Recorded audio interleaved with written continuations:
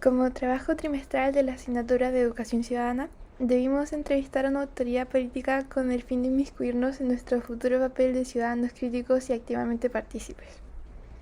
En nuestra calidad de estudiantes nos pareció que lo más provechoso sería elegir a un agente de educación, así que nos contactamos con la señorita Catherine Michele, jefa de gabinete, quien amablemente nos agendó una entrevista con la Seremi de Educación de la región de Aysén, Isabel Garrido, quien asumió su cargo este año y es la encargada de representar al gobierno actual en la región. Las preguntas que realizamos las dirigimos a los temas que nos parecían más importantes, intentando profundizar en la mirada con que se intenta proyectar la educación en los últimos tiempos, en los cambios que se planean implementar en ella, en la educación técnico-profesional, en la participación ciudadana desde el estudiantado, en la corrupción y las cualidades únicas de la localidad que dificultan o facilitan ciertos proyectos. Realizamos un total de 11 preguntas que les dejo a continuación. Y Isabel, creo que ya sabe todos los antecedentes. Nosotros vinimos por nuestro trabajo de educación ciudadana. De verdad me parece un gusto estar acá con usted porque es la primera vez que hago esto y se siente bien. Es raro porque nunca había pisado la gobernación. ¿En serio? Nunca en mi vida había pisado la gobernación. Así que Qué bueno que tengan el espacio. Oye, ¿y sus nombres no los alcanzaron a perdón? me llamo Ernesto Mariano. Y yo Celeste. ¿Roberto? Ernesto. Ah, perdón. Eso. Ernesto y Celeste. Bueno, yo soy Isabel Garrido. Una señorita Isabel. Las escucho. Comenzamos con esta pregunta. Obviamente recordarle que no está obligada, si no se siente cómoda a responder una pregunta, no es necesario que la responda. Muy bien. Bueno.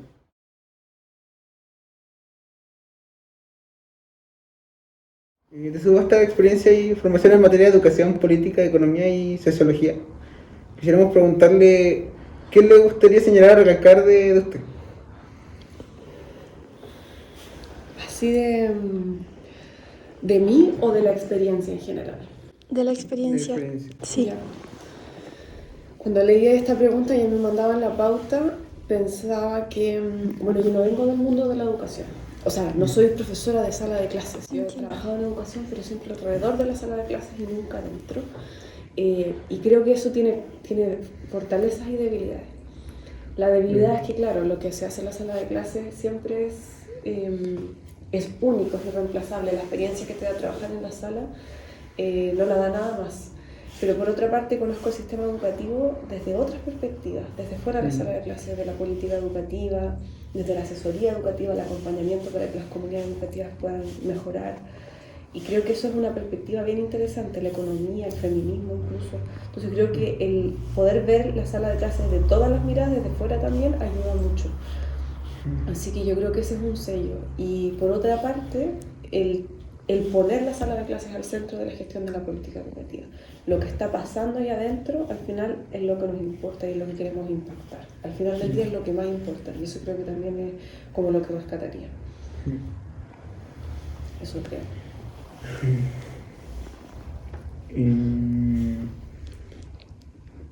¿De qué manera le gustaría dejar de aplicar sus...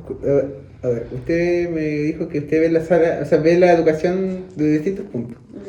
Aparte de la sala de clases, que también es un punto importante. ¿Qué le gustaría aplicar durante la duración de su cargo?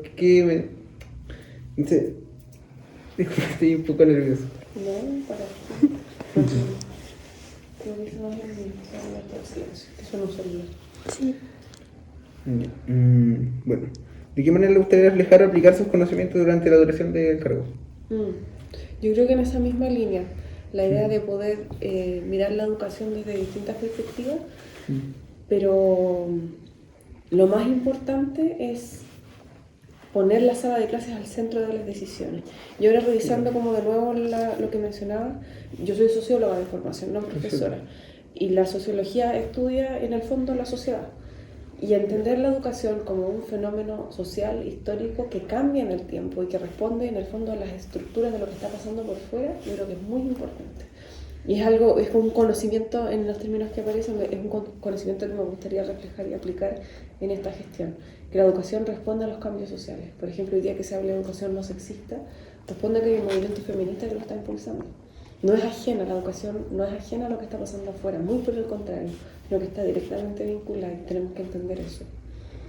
Claro, sí. La verdad tiene muchísima razón porque en nuestro caso hubo como un debate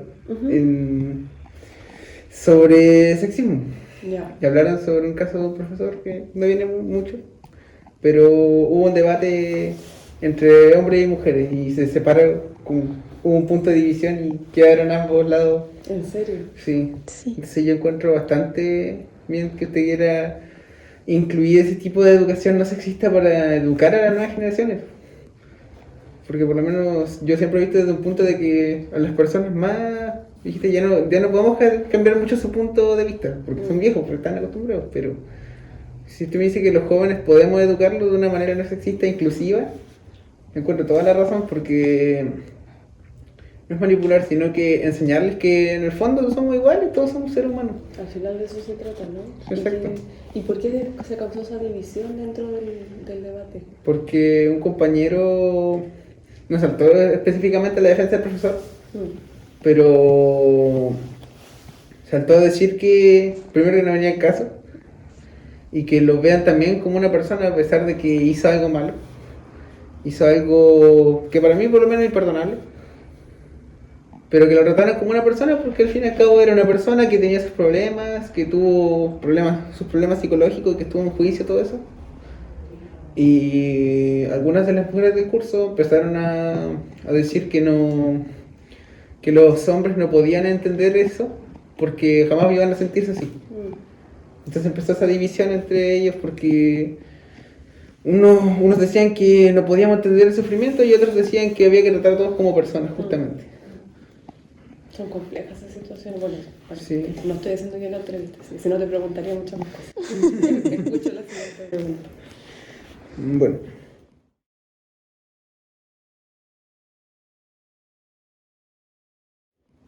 En la noticia de la asunción a su cargo presente en la página de aicen.minedet.cl se escribe que asume con el desafío de fomentar el diálogo con las comunidades educativas y avanzar en una educación integral. O sea, en parte es lo que estábamos hablando recién, porque quiere que sea mucho más, ¿cómo decirlo? Inclusiva, integral. Con comunidad educativa nos referimos a liceos, colegios y escuelas, ¿cierto? ¿Por qué es importante generar un diálogo entre ellos? Con comunidad educativa esa pregunta es importante porque no hablamos de colegio porque no queremos hablar del edificio, sino que entendemos que adentro del edificio hay una comunidad que se relaciona, que tiene conflictos, que son normales los conflictos, que tiene diferencias y que tiene momentos bellos. Son relaciones humanas y sociales que están pasando adentro y que está compuesta no solo por estudiantes y docentes, sino asistentes de la educación, apoderados, la comunidad alrededor también participa de lo que ocurre dentro de la escuela. Entonces, hablamos de comunidad educativa porque queremos entender que lo que ocurre dentro de la educación son relaciones humanas, comunitarias, y son más complejas que la enseñanza y el aprendizaje. Hay mucho más pasando dentro de la escuela. Y ahí preguntaba, ¿por qué es tan importante generar un diálogo entre ellas? Al final, si entendemos que lo que ocurre dentro del colegio son relaciones humanas, no son protocolos, no son leyes, son relaciones humanas que cambian. Entonces, el diálogo es la única manera que tenemos para que los conflictos eventuales que puedan surgir se canalicen de la mejor manera, para que las cosas bellas que ocurren dentro de la escuela también, como que saquemos provecho y sean mucho más hermosas, digamos, al potenciarse con diálogo. Por lo tanto, creo que el diálogo es la herramienta que tenemos como comunidades humanas en general para poder llevarnos bien y sacar todo el potencial de nuestra humanidad, a fin de cuentas. ¿Y qué medidas le gustaría implementar para generar ese diálogo? Bueno, una de ellas es esta también. Para mí era importante atenderles en su solicitud porque escuchar a todos los actores que lo piden, escuchar, conversar con quien sea necesario. Estamos haciendo una visita, queremos que sean todas las escuelas de la región que podamos visitar. Ahora estamos en Puerto Chacabuco, hemos ido a varias escuelas de Coyhaique y de Puerto Aysén ya en el pasado, así que estamos en ese proceso de conocer directamente en primera fuente cómo las decisiones que tomamos desde la Seremi y el Ministerio ocurren después de la realidad, cómo se implementan en la vida real. Entonces, lo primero es conocer y escuchar. Y lo otro es que entender que los insisto, que estamos tratando con comunidades educativas, que no basta con que nosotros bajemos una decisión y la escribamos en un papelito y la entreguemos en un correo electrónico y listo. Al día de mañana sabemos que tiene que estar implementada porque nosotros desde la autoridad dijimos, entendemos que no es así, que hay que generar diálogo, hay que escuchar, bueno, ¿cómo toma usted esta decisión que tomamos? ¿Qué desafíos visualiza para poder implementarla? ¿Qué necesidad tiene para que nosotros le podamos ayudar, por ejemplo, a implementar la nueva política de convivencia escolar? Entonces, es un enfoque distinto para tratar a las escuelas, que siempre se las ha tratado desde el castigo. Las escuelas, el CIMSE, por ejemplo, tanto que se ha hablado del CIMSE. El CIMSE funciona de que yo voy y te evalúo, y si a tu estudiante les va mal en matemática, entonces te quito plata, te castigo, etc. Así funciona la relación históricamente con las escuelas. Y queremos transformarla en una basada en el diálogo, donde voy y si es que te va mal en matemática, bueno, ¿qué puedo hacer para ayudarte? Porque el propósito al final del día es que ustedes puedan aprender integralmente, no solo en matemática y en lenguaje, sino que en todas las áreas. Y para eso la herramienta es el diálogo. ¿Y esa ayuda que menciona sería como ayudando financieramente o enviando material extra? ¿Cómo funcionaría? Ya hay hartos mecanismos de ayuda que funcionan en las escuelas, entre financieros y entre apoyos pedagógicos, material. La idea es aceitar esos mecanismos que ya existen. Por ejemplo, desde la Seremi de Educación hay un profesional que se llama el supervisor o la supervisora que va y acompaña periódicamente a la escuela y hace entre 8 y 16 visitas presenciales donde les dicen, bueno, estos son sus desafíos, cómo podemos ayudarles a mejorarlo. Se entregan los textos escolares, se entrega la subvención, que es la plata que se le entrega a la escuela para que pueda realizar todas sus actividades. Y tenemos que entrar esos mecanismos. Ahora estamos con el tema de convivencia escolar. Queremos generar encuentros interescolares para que las escuelas puedan compartir buenas prácticas, los equipos directivos sepan, oye, a este equipo directivo le funcionó tal cosa. ¿Cómo podemos hacer para agarrar esta buena idea y poder implementarla en nuestra escuela? Que son cosas súper importantes.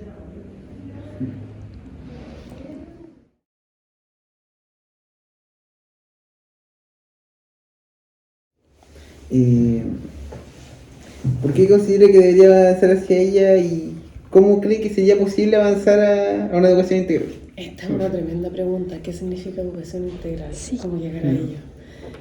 Yo creo que para responder esta pregunta vale la pena hacer un poquito de historia.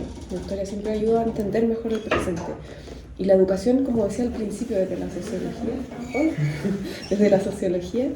la educación siempre ha respondido a lo que la sociedad le pide que sea. Entonces, en el pasado, por ejemplo, en la época de los griegos, se formaba a las élites para gobernar. Se les enseñaba filosofía y matemática y aritmética.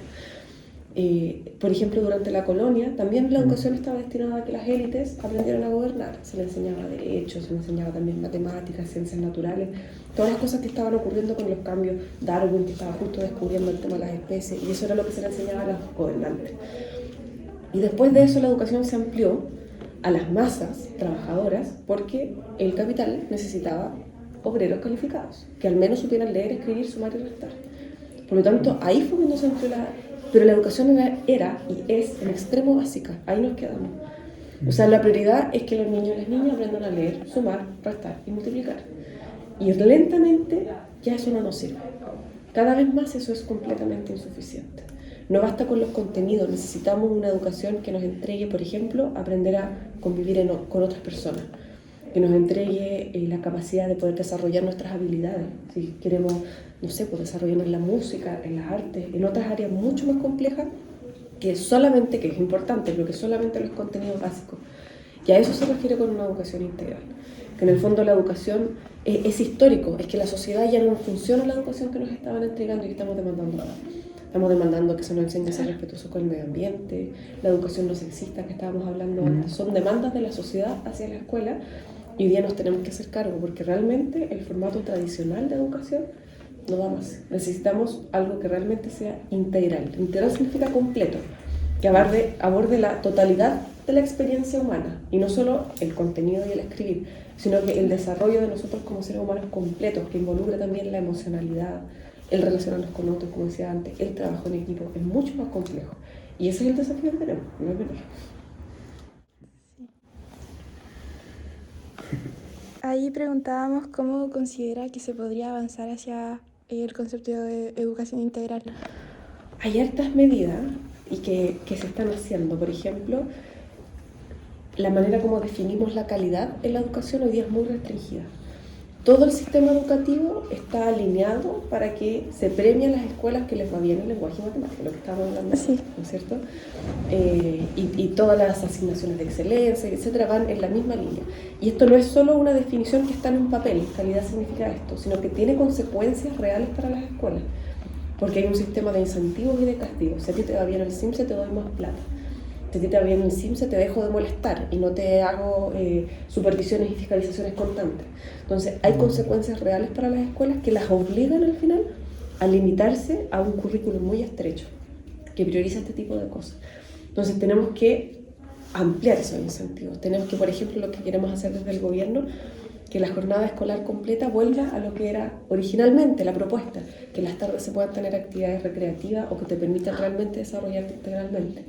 Está esa propuesta andando, se quiere hacer una consulta al respecto, se quiere hacer una reforma del currículum, hacer un congreso con docentes y estudiantes para que digan, ¿saben qué? Esta es la educación, estos son los contenidos que necesitamos. Y el sistema de aseguramiento de la calidad, que funciona en base al castigo. Si la escuela le va mal, la castigamos. Tenemos que transformar eso, ampliar la definición de calidad. Una escuela de calidad no es solo la que le va bien el CIMSE, sino que es la que logra, por ejemplo, que sus estudiantes no deserten, sacar buenos artistas, estudiantes que sepan ponerle nombre a sus emociones, lo complejo que significa eso, y en la escuela no se enseña. ¿Dónde se enseña si no?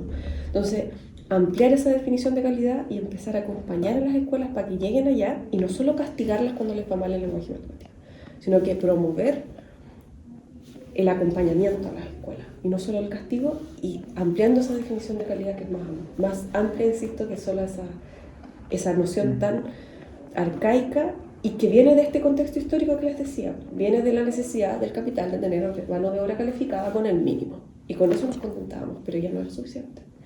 Igual creo que la tarde si va a ver el Liceo Politécnico de acá le va a gustar porque están organizando lo que había dicho de la jornada de que en la tarde hayan solo actividades recreativas.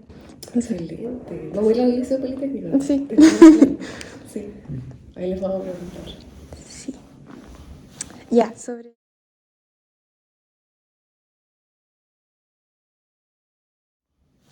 sobre su cargo como Seremi de Educación Regional de la región de Aysén, quisiéramos preguntar cuáles son los planes de este gobierno en cuanto a materia educativa y qué variables de la localidad dificultan su ejecución. Sobre los planes de este gobierno en materia educativa, yo diría que lo principal, un poco ya lo adelantaba, ¿no? Que tiene que ver con la educación integral y una educación realmente para las necesidades de la sociedad actual y no las necesidades de la sociedad y del capital en particular de hace 200 años atrás. La educación integral es muy importante. Tenemos también una promesa de mejorar las condiciones laborales de los profes, que tengan más oportunidades de capacitación. Un profe que sabe hacer bien su pega y que está contento con su pega, hace bien sus clases. Tenemos un compromiso con la educación no sexista también. Y en particular ahora tenemos el desafío del retorno y el reencuentro educativo, que es un tremendo desafío. Sí. Y lanzamos una política integral de reactivación educativa que llamamos hace un par de días, que estamos difundiendo, donde nos comprometemos a entregarle las herramientas a los colegios para que puedan organizar el reencuentro educativo, hacer frente al tema de salud mental, convivencia escolar, los aprendizajes rezagados. Hay chicos de tercero básico que la última vez que tuvieron clase fue en pre-kinder, kinder, primero y segundo de manera virtual. Entonces la lectoescritura está súper rezagada en varios cursos. Y con un fuerte componente también en esto que hablábamos de la integralidad, de poder promover actividades al aire libre, deportivas, etc. Sí. Esos son los compromisos que tenemos como gobierno, por allá van. ¿Y cree que haya algo en esta región que lo dificulte más con respecto a otras? Como el tema de la salud mental. Aquí hay un porcentaje más grande. Sí, es verdad lo que dices. Efectivamente, yo diría que en general el aislamiento geográfico hace que los servicios en general lleguemos tarde y muchas veces no lleguemos a las zonas más aisladas y rurales. Sí. Y en general el estado abandonado de la región de Aysén, el hecho de que tengamos la carretera principal que no esté pavimentada, habla de un abandono del estado, del rezago productivo, y eso hace todo más difícil. Cuando se quiere traer, por ejemplo, mejoras de infraestructura a los colegios, es súper frecuente que no haya ninguna empresa que quiera mejorar los colegios, porque no hay, porque no les conviene, no ganan plata al final. Entonces, ese tipo de cosas son desafíos que tenemos en la región, pero no queremos quejarnos por eso. Es la línea de base, de ahí partimos, lo sabemos, no nos podemos quejar de eso. Así viene la cosa y desde esa base tenemos que empezar a construir.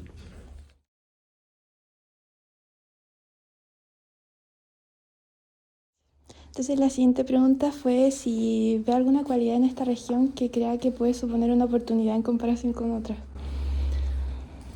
Yo creo que en la misma línea, el tener un tamaño pequeño hace que las redes comunitarias sean muy densas. Sí. Que para bien o para mal, el pueblo chico es muy grande. Pero para bien significa que los niños y las niñas están menos solas. No pasa lo que pasa en, no sé, por las grandes ciudades, que hay que recorrer 1 hora y media para llegar a los establecimientos. Eso no pasa acá. Hay vida comunitaria más densa, hay redes comunitarias más densas, los centros de padres están súper interesados y metidos en las escuelas. Sí. Entonces yo creo que esos son factores positivos que tenemos. Y además la cultura propia y local, que los colegios la tienen fuertemente arraigada y está viva. Así que yo creo que eso siempre es un potencial positivo para poder desarrollar políticas. Sí, igual llama la atención porque a pesar de que es más pequeña la región y deberían haber vínculos más estrechos, los porcentajes de gente que sufre de enfermedades mentales como depresión y ansiedad son más altos que en otros lugares. Entonces, Sí, yo creo que se vincula con eso que hablábamos antes, por una parte lo tarde que llegamos a los servicios públicos, sí, y por otra parte también esa sensación como de desesperanza, de que hay pocas oportunidades, de que hay poco que hacer. El clima también influye, particularmente acá en Aysén. Pero el tener pocos espacios de desarrollo, volviendo a lo anterior, desarrollo humano, de poder acceder a las culturas, a las artes, al deporte, hace que tu experiencia de vida sea como más limitada al final. Pues. sí, Y yo creo que eso influye mucho en la salud mental de la sí, región. yo también.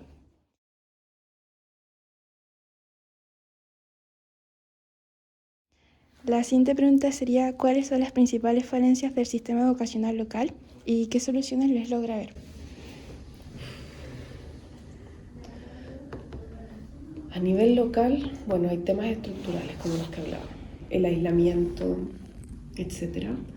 Pero no sé, esos son locales y muy locales, pero insisto que son la estructura de base. No nos vamos a quejar porque Villa O'Higgins está lejos, no hay nada que podamos hacer al respecto. Es la realidad nomás y con eso vamos a trabajar. Pero sí, no es local, pero sí general a nivel nacional, que es el sistema actual que tenemos de municipalización, que son los municipios que se hacen cargo de la educación. Sí. ¿Y qué implica eso? Que Villa O'Higgins, por ejemplo, que tiene pocos recursos, que está aislado, que no tiene suficientes profesionales, tiene que hacerse cargo de escuelas sin tener necesariamente las herramientas para poder hacerlo. Y genera una desigualdad tremenda. O sea, municipios ricos con recursos tienen una excelente educación y los municipios en zonas aisladas, rezagadas o pobres, No la entiendo. botados a su suerte. Y además genera que la educación esté a merced del alcalde de turno. Entonces cambia el alcalde, cambian todas las políticas educativas, echa la mitad de la gente. Puede no pasar, pero a veces pasa. Y eso hace que no haya una continuidad, que la escuela pueda seguir una línea de mejora y ir cada vez mejor, sino que le cambiaron el equipo de nuevo. Cambiaron al director nuevamente. Cambió el jefe de él y es una persona que no necesariamente conoce educación porque había que hacerle un favor a no sé quién. Son cosas que no pasan siempre. Los DEM en general tienen una voluntad de oro para hacer lo que pueden con las herramientas que tienen, pero son muy limitadas. Sí. Y ahí se está diseñando una solución, se está implementando, de hecho, que es el traspaso del servicio local de educación pública. ¿Lo han escuchado? Sí. Es una apuesta por solucionar este problema, Sí. que es que los municipios, que son organismos no especializados, se hagan cargo de la educación, y se está apostando a que sea un servicio que abarque la región completa desde una mirada más integral, que se pueda hacer cargo y que además sea especializado. En el municipio llega La Plata y La Plata compite con, en algunos municipios se hacen cargo hasta de la salud, con el aseo de leonato, con, no sé, pues, con la junta de vecinos, con etcétera. Aquí es solo para educación. La Plata no compite con nada. Esta Plata se dedica a educación con ente especializado que se dedica solo a eso. Y creemos que puede ser una oportunidad para mejorarlo. Tiene muchas complejidades, pero puede ser una oportunidad. Sí.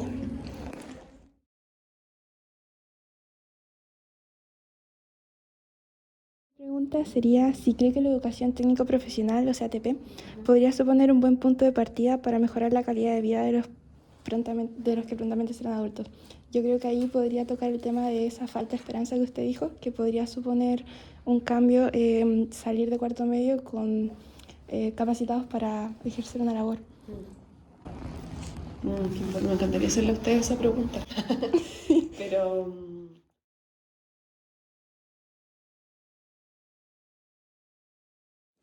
la última pregunta que yo le hago sería, ¿cómo la gestión de su cargo puede motivar a lograr mayor participación ciudadana a los jóvenes y a la comunidad? qué importante pregunta. Es un desafío que tenemos pendiente. Yo creo que es la orientación general, a escuchar las voces de la juventud. Que en las decisiones que se tomen se consideren las voces de la juventud. Nosotros venimos de las movilizaciones estudiantiles. Yo estuve en 2006, en 2011, en 2008, en todas las movilizaciones estuve metida, como secundaria, como universitaria. Y sabemos que ahora, de hecho hoy día es el Día del Estudiante, ayer fue el Día del Estudiante, bueno, feliz día. Sabemos que el mundo estudiantil es el que levanta primero los problemas y que tiene la energía para poder impulsarlo. Muchas del programa de gobierno viene de esas demandas del mundo estudiantil que nosotros mismos construimos en su momento movilizándonos. Y las demandas del futuro las van a levantar ustedes. Van a saber cuáles son los problemas que hay dentro de las escuelas y nos tienen que saberlo comunicar. Y si eso es una movilización, entonces tiene que ser una movilización. Lo vamos a tener que escuchar. Al menos tenemos la disposición y la certeza de que es del mundo de los estudiantes que viene el cambio.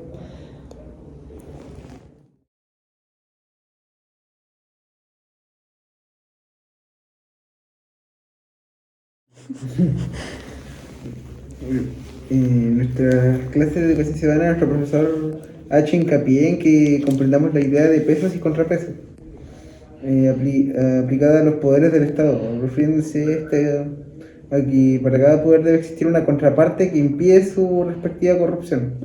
¿Cómo se puede combatir la corrupción desde su cargo? Eso es re importante. Lo primero es que cada vez más se trabaja con equipos profesionales que no son nombrados, sino que son funcionarios de carrera. Entonces no es como que yo digo, bueno, tú te vas, tú entras, tú te vas, tú entras. No, los equipos están conformados, tienen mucha experiencia en sus cargos, así que no es como, de repente como lo pintan, que se echa todo el mundo y que después uno trae solo a sus amigos al servicio público. Uno tiene hartas limitaciones y está bien que así sea. Y ahí hay un mecanismo concreto para evitar la corrupción, que en el fondo la carrera funcionaria sea normada y que las personas que trabajen tengan las competencias y la certificación necesaria para eso. Y el otro contrapeso muy importante es la propia comunidad. La comunidad organizada, en el fondo, que va y te presenta sus inquietudes y que está observando los medios de comunicación son esenciales, observando lo que uno está haciendo. Y si es que uno se sale de la línea, inmediatamente hay alguien que te pueda fiscalizar por redes sociales, por medios, es súper importante. Yo creo que esos son los dos grandes contrapesos que tenemos. Bueno, y también hay un organismo que se llama la Contraloría, que es un organismo del Estado, pero es autónomo y fiscaliza al propio Estado. Y está siempre haciéndonos revisiones y nosotros llega a la Contraloría y todo el mundo corre a responderle todo lo que necesite porque te sanciona cuando te van a... Te sanciona fuertemente. Así que yo creo que tenemos herramientas, pero tal vez el contrapeso más importante es la comunidad, los medios de comunicación, el público.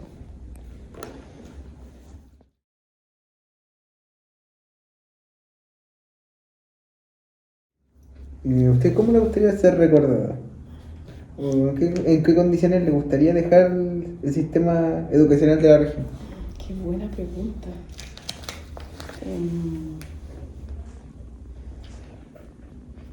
Yo creo que hay dos conceptos clave que me gustaría dejar, más que yo, esto es un compromiso de gobierno, que uno tiene que ser el transformar la relación con las comunidades educativas, lo que hablamos en un principio, ¿no? Que no sea de castigo, sino que sea de diálogo y sea de acompañamiento. Que de una vez por todas dejemos de castigar a la escuela que le va mal, sino que empecemos a apoyarla para que mejore. Y lo mismo los estudiantes, el mismo concepto. Yo creo que ese es algo que me gustaría que como gobierno lográsemos dejar. Transformamos la relación con las escuelas y ahora las acompañamos y no las castigamos. Y lo segundo tiene que ver con la participación, que seamos un gobierno que realmente escuche las demandas populares, las demandas de los estudiantes movilizados, de los profes, y que no diseñemos políticas desde la comunidad de nuestros escritorios imaginándonos qué es lo que es mejor, sino que realmente logremos hacer carne los anhelos de la gente y que el Estado sea un servicio para el bienestar de las personas. Yo creo que esos serían los sellos que me gustaría. ¿Y en qué condiciones dejar el sistema educativo de la región? Mejor que antes. Mejor infraestructura, con centros de estudiantes fortalecidos, con un colegio de profes en condiciones más dignas, docentes en mejores condiciones laborales, con más profesores. Nos faltan profes en la región. Estudien pedagogía, por favor. Hacen falta los profes. Y con colegios que realmente puedan desarrollar su proyecto educativo en comunidad y sin que nosotros le estemos impidiendo eso, sino que facilitándoselo.